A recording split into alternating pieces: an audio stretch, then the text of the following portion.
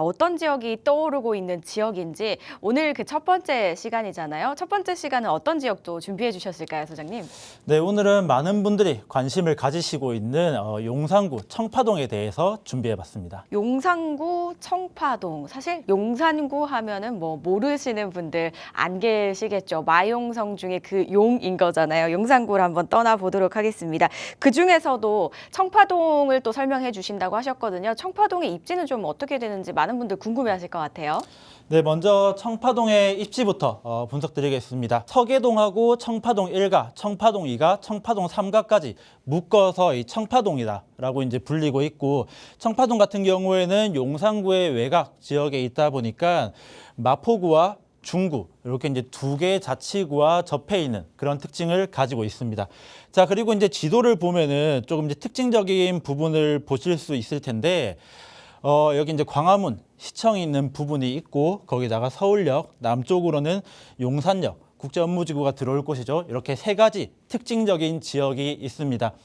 자, 이게 왜 중요하냐라고 하면은 보통 우리가 대부분 알고 있는 것이 지역이 성장하기 위해서는 두 가지 중요한 요소가 필요하죠. 바로 교통하고 일자리입니다. 자, 그런 측면에서 청파동은 상당히 뛰어난 입지를 가지고 있는데 먼저 교통으로 보자면은 바로 옆에 서울역이 붙어 있으면서 어떻게 보면은 대중교통적으로는 대한민국에서 가장 좋다라고 평가할 수 있겠습니다. 지하철만 봐도 1호선부터 4호선 그리고 경의중앙선 그다음에 공항철도까지 이렇게 이제 4개의 지하철 노선이 들어오고 있고 거기다가 추가적으로 KTX랑 무궁화호를 통해서 서울뿐만이 아니고 전국 어디든지 이제 갈 수 있는 그런 이점이 있습니다. 거기다가 요즘에 가장 뜨거운 이제 철도 호재죠. 바로 GTX도 A랑 B 두 개의 노선이나 들어오는 그러니까 이제 교통적으로 어디보다 뛰어난 이제 그런 입지를 가지고 있습니다. 자, 다음은 이제 일자리인데 일자리 같은 경우에는 한눈에 알 수 있는 이 광화문 서울의 3대 핵심 업무 지구 중에 하나죠. 광화문 업무 지구가 바로 북쪽에 이제 붙어 있고 거기다가 미래의 대한민국의 이제 중심이 될 지역이죠. 용산 국제 업무 지구 또한 남쪽에 이제 붙어 있다라고 볼 수 있겠습니다. 그래서 향후 이제 미래적으로 봤을 때 청파동 같은 경우에는 용산 국제 업무 지구가 완성이 된다라고 하면 용산국제업무지구와 광화문 업무지구 이 두 개의 큰 업무지구를 이어줄 수 있는 그런 중요한 역할을 하게 될 것이라고 보여집니다. 일단 교통 부분에서도 굉장히 편리하네요. 지하철 호선이 이제 4개라는 건 커더러블 역세권이고요. 서울역에 가깝기 때문에 다른 지역으로 이동까지 편하게 갖춰져 있습니다. 여기에다가 서울의 핵심 업무지구인 광화문과도 굉장히 좀 가깝게 위치하고 있는데 용산구 청파동이다 보니까 용산 가까운 거는 두말하면 잔소리겠죠. 용산의 국제 업무지구가 완성이 된다면 용산과 광화문을 아주 든든하게 끼고 있는 청파동의 입지를 만나보셨고요. 이제 이어서 저희가 호재를 좀 만나봐야 되는데 호재할 얘기가 훨씬 더 많으실 것 같아요. 용산에 어떤 호재들이 좀 있을까요? 조금 전에 말씀드린 것처럼 용산 기회의 땅이라고 할 정도로 여러 가지 이제 개발 호재들이 있는데 그 중에서 단기간에 직접적인 영향을 줄 수 있는 곳 이제 한 가지만 이제 꼽아서 말씀드리면은 지도 보시는 것처럼 서울역 바로 이제 북측에 붙어 있는 지역이죠. 이 북부 역세권 개발이라고 불리는 곳입니다. 자, 이 서울역 북부 역세권 개발 사업의 개요를 말씀드리면은 자, 일단 먼저 행정구역상으로는 이 중구 봉래동에 이제 위치해 있고 면적은 29,000제곱미터 그러니까 평으로 환산하면은 8,700평이나 되는 아주 넓은 부지에 사업이 진행될 예정입니다.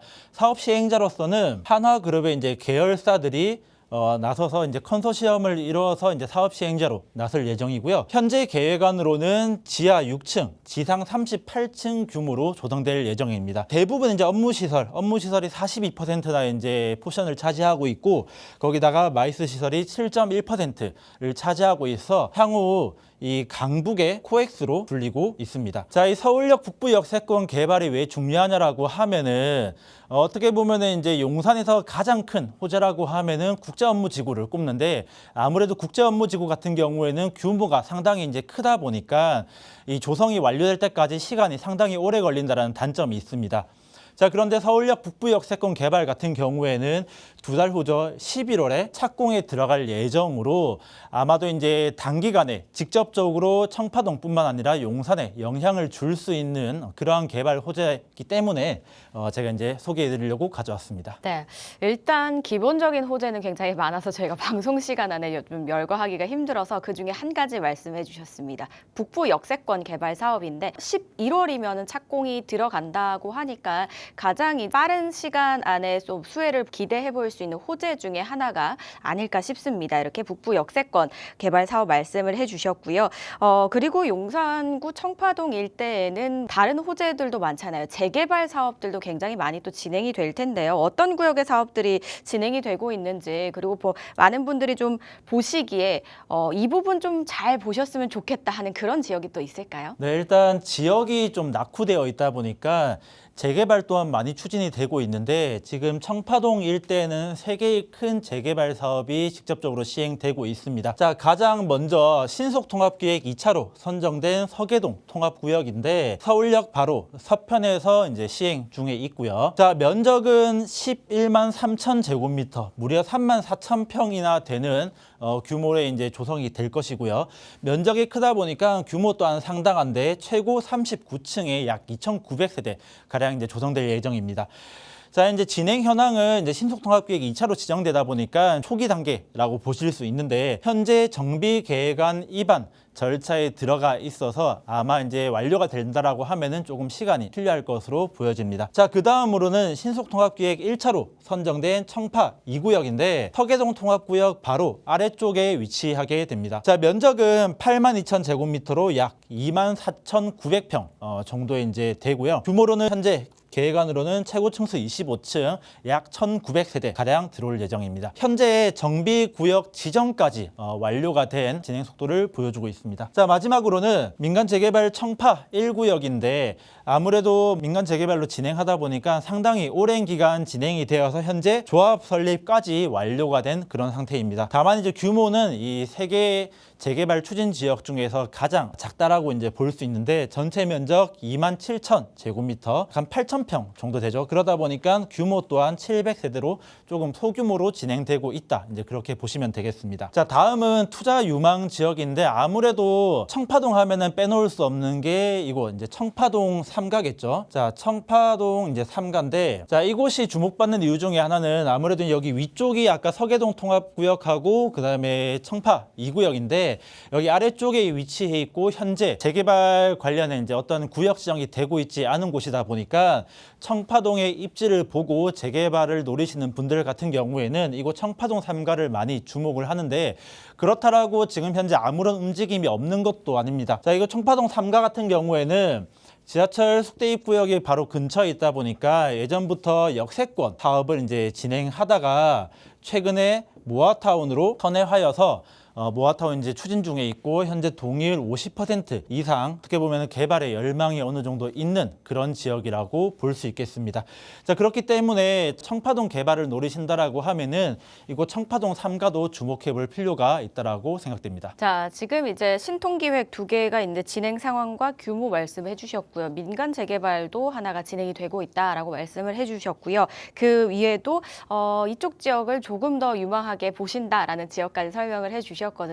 그렇다면 이 부분에 대해서 이제 또 시청자분들께서 가장 궁금하신 게 있으실 것 같아요. 어느 정도면 투자가 가능한가? 이 부분이 궁금하실 것 같은데 어떻게 생각을 하셔야 될까요? 네, 일단은 투자금도 중요하지만은 투자하기 전에 유의점부터 먼저 말씀드리겠습니다. 저에게 이제 가끔 상담 오시는 분들에게 이제 청파동 3가 물어보시는 분들이 자주 있는데 제가 먼저 말씀드리는 부분이 하나가 있습니다. 청파동 3가에 투자를 하려고 하면은 모아타운만 보고 투자를 하시면은 다소 실망스러운 결과가 나올 수도 있다. 그렇기 때문에 청파동이라는 전체적인 이런 입지를 보고 좀 중장기적으로 보신다라고 하면은 그렇게 하면은 분명히 이제 좋은 결과를 얻을 수 있을 것입니다. 이제 이렇게 이제 말씀드리는데 사실 모아타운은 이제 절대적으로 이제 안 된다 이런 의미로 드린 말씀을 절대 아니고 다만 모아타운을 성공시키기 위해서는 한 가지 이제 넘어야 될 큰 숙제가 있습니다. 청파동 이제 3가 쪽에 임장을 가보신 분들이라고 하면은 보시면은 제가 어떤 의미로 말씀드리는지 잘 아실 텐데, 이곳 청파동 3가는 지금 현재 찬성파와 반대파가 나눠져서 좀 극명하게 갈등을 빚고 있는 그런 지역입니다. 자, 그럼 왜 반대를 하느냐라고 이제 보시면은, 자, 지도상 보시는 것처럼 청파동 3가 바로 옆에 숙명여대 대학교가 있습니다. 자, 대학교가 있다 보니까 과거 이쪽 지역에 하숙집이 많았습니다. 자, 이게 하숙집이 많고 이제 지금도 이제 꽤 많이 남아 있는데, 자, 이곳 이제 하숙업을 하시는 분들 같은 경우에는 일반적으로 우리가 원룸 사서 이제 일반적인 직업이 있으면서 그냥 투자 수익을 얻는 것이 아니고 이 하숙업을 아예 생업으로 삼고 계시는 분들입니다.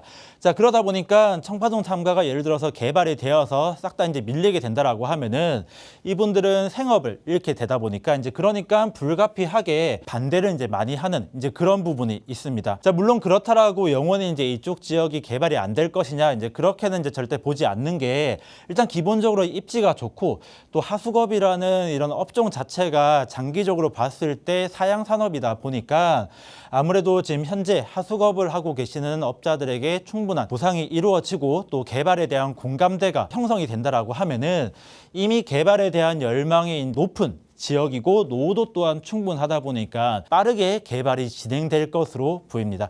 자, 그렇기 때문에 청파동 3가에 투자를 하시려시는 분들 같은 경우에는 단순하게 모아타운만 볼 것이 아니고 청파동의 입지를 보고 투자하시는 것을 추천드리겠습니다. 자, 그리고 이제 투자금에 대해서 이제 말씀드리자면은 우리가 이제 가장 많이 투자하는, 그러니까 신축급 푸른 빌라를 기준으로 이제 말씀드리겠습니다. 매매가가 6억 5천에서 한 7억 정도 이렇게 이제 형성이 되어 있고요. 대신에 전세가는 아직 이제 지역 자체가 이제 노후화되어 있고 기반 시설이 많이 갖춰져 있지 않다 보니까 전세가는 조금 낮게 형성이 되어 있습니다.